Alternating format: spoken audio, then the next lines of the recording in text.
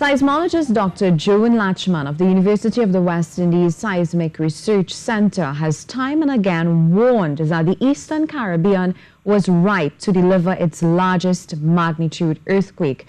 Earlier this year, Dr. Lutchman said a number of small earthquakes in the Caribbean have shown that the Earth's systems are alive and well, while the bigger faults are loading, and one day they will reach their limit and rupture. Dr. Lutchman is joining us on the phone at this time. Good morning, Dr. Lutchman. Good morning to you and your listeners. Thank you so much for taking the time to chat with us this morning. Now, you would have warned us that the largest magnitude earthquake was imminent. Can we now perhaps breathe a sigh of relief that it's finally over? Is the worst over? This is actually not the largest magnitude of which the system is capable. This is just one of its large magnitude events. And so it should serve as a warning to us of what is possible. What we suffered because of the distance at which the earthquake occurred and the depth was minor compared to what is possible for a larger magnitude earthquake. The earthquake we experienced on Tuesday is the one that we are talking about can be 32 times bigger than that one.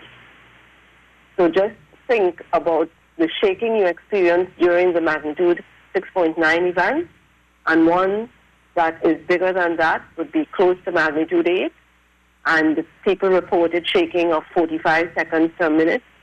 In a magnitude 8, we can experience shaking from 2 to 3 minutes up to 5 minutes. Now, we experienced a magnitude or an aftershock of magnitude 5.9 yesterday, and some found it difficult to accept that an aftershock could be so intense. Is there a limit or a range in terms of the expected magnitude of an aftershock, or is it difficult to predict also? Okay, so I think what people haven't quite appreciated as yet is how an earthquake sequence operates, how it functions. So a fault system, we have a plate boundary in the Eastern Caribbean, and we have the plates subducting. You have the Caribbean plate, and the North American, South American plates are dipping beneath the Caribbean plate, and we have this subduction zone, and we have our earthquakes. And when people think of a plate boundary, they don't think about what makes up that boundary. It is made up of a system of faults. And the word that is used in science these days is hierarchical. So you have faults of varying sizes.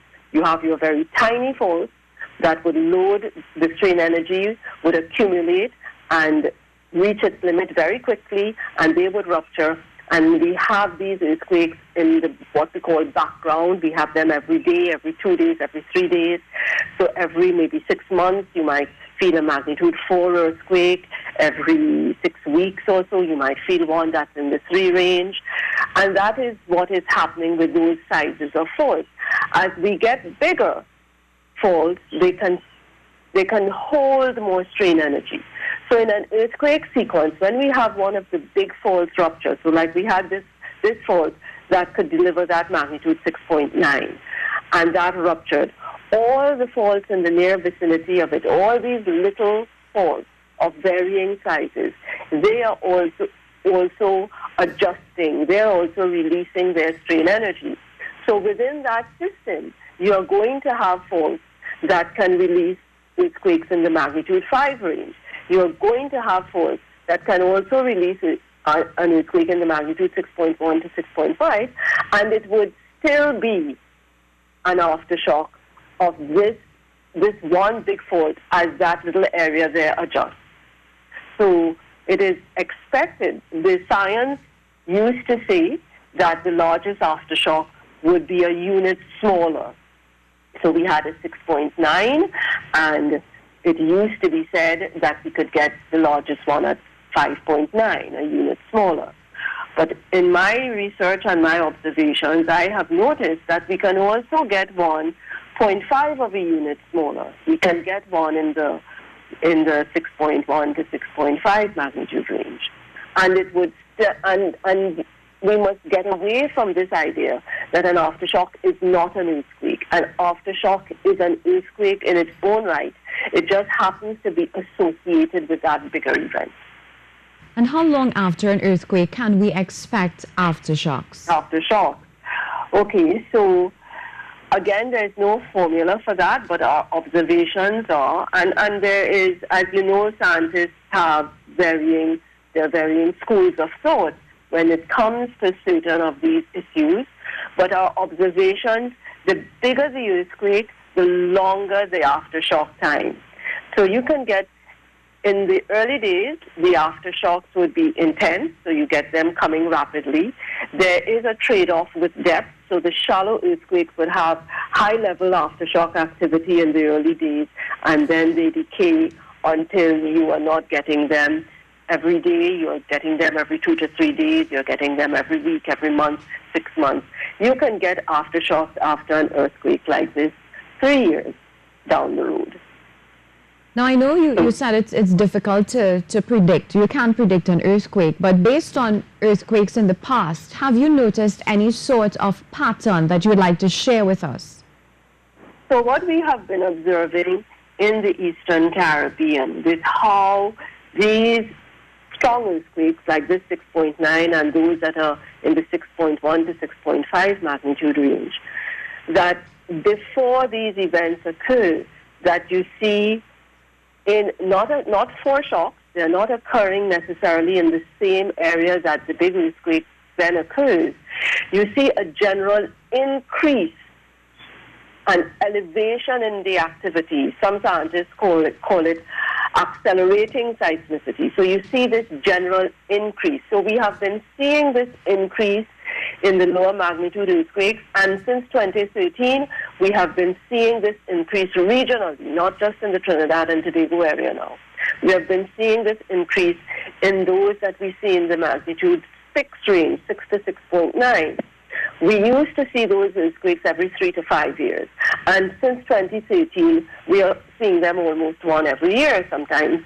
Well, in the one that happened far east of St. Lucia, that was a 6.6, accompanied by another one in the magnitude range, 6.2. So we have been seeing them more often. And while we can't predict, it gives you a sense that something even bigger is in the offing. Now, what sort of signs can we look for? For instance, many people have been talking about dogs behaving a certain way, birds, that sort of thing. Would you like to share anything with us on the behavior of animals during Animal behavior became an area of research for the Chinese. As you know, the Chinese have lots of very large earthquakes, and they have very large populations that are impacted severely when you have these large magnitude earthquakes. And certainly some animals do, in fact, appear to be very sensitive to. We have not been able to identify exactly what it is they respond to. But in the end, what the researchers concluded is that, like us as human beings, some of us are sensitive to some things more than others, and some animals are sensitive to some things more than others. So they are not reliable indicators of what is coming. So one animal may become I remember in the 1988 earthquake that we had east of Trinidad, I was awakened by the dogs barking in our area. All the dogs were barking, and just before the earthquake began to shake, they all went quiet. But we have had other earthquakes where the dogs did not bark. Mm-hmm. So it's not a reliable indicator that an earthquake is coming. Okay. Now, you have oftentimes spoken about being ready. What does readiness really entail from a policy perspective, first of all? So we would need to ensure, as we have heard the engineers saying, we do have building codes and the codes are good.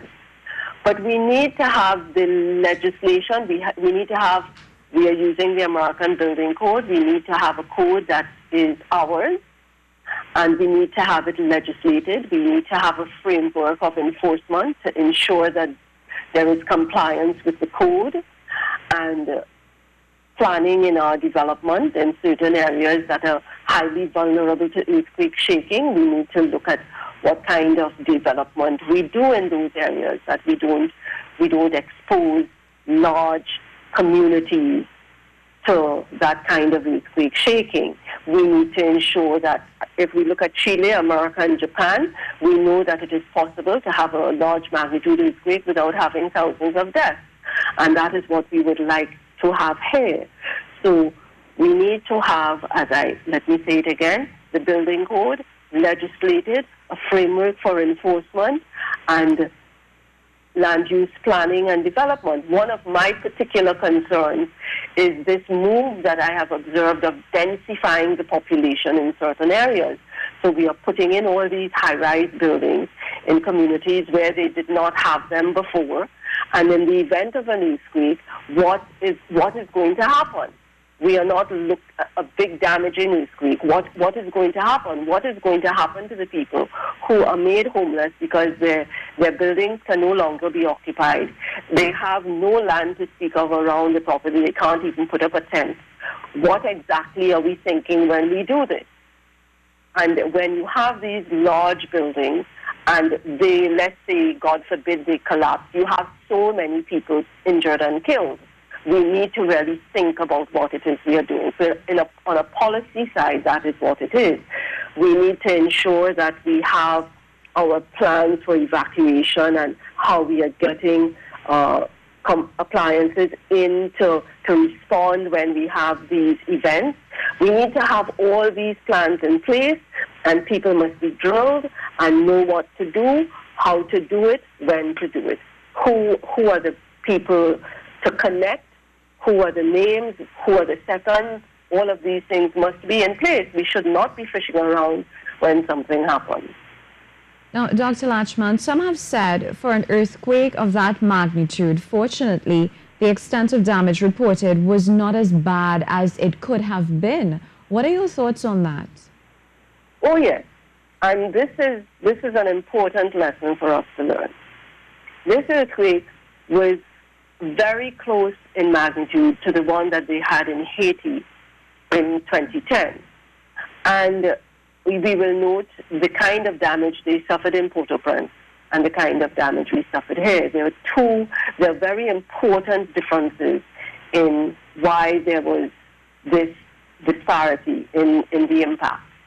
The earthquake that occurred in Haiti was at 10 kilometers from Port-au-Prince and 10 kilometers depth.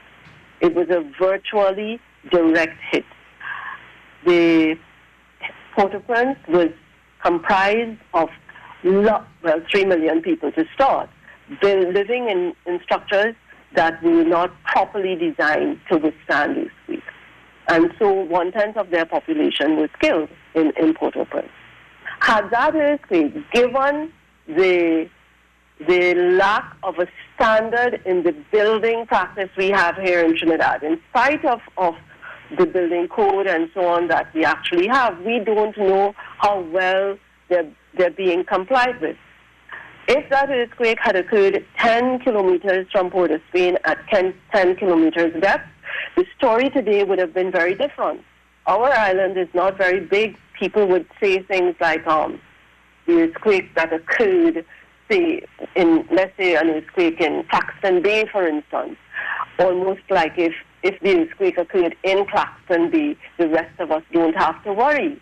Earthquake waves travel. Trinidad is not very big. If a large magnitude earthquake occurs anywhere near close to Trinidad, the entire island is going to be negatively impacted. So let's disabuse ourselves of the thought that we are somehow, wherever we are, immune because we are further away from the event. Large magnitude earthquake is going to affect us all. Now, let's talk a bit about what people should do during an earthquake. I've heard of some who have evacuated their buildings as opposed to finding a doorway, for instance. There seems to be some level of confusion or inconsistency in terms of what people should do during an earthquake. Can you clear this up for us? Well, there are guidelines, and there is no formula. Let's get that straight from up front. There is no formula that guarantees your safety. We have to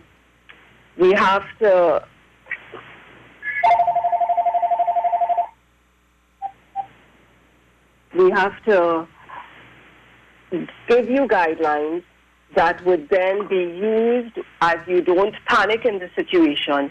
You would use these guidelines to protect yourself. So if you are in a building during very strong shaking, it is very difficult to walk or to run. And it is not recommended that you try to run out of buildings during an earthquake.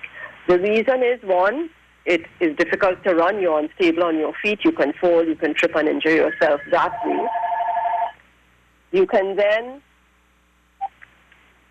have bits, plaster, and so falling off from the building, and that can injure you as you are focusing on running, so you can suffer head injuries as a result of that. So you are not advised to run. You are advised to seek shelter where you are under a sturdy desk or table, particularly if you are in an upper story building, because it takes time to get down. You should bear in mind that damage to structures begins to occur depending on the structure, of course. And so because we don't have this standard, we can't even say that for sure, but in general, 20 to 30 seconds is when you begin to see cracks occurring in your building. So that level of shaking, it will take most people more than 20 seconds to get out of their building, okay? So don't try to evacuate while the shaking is going on.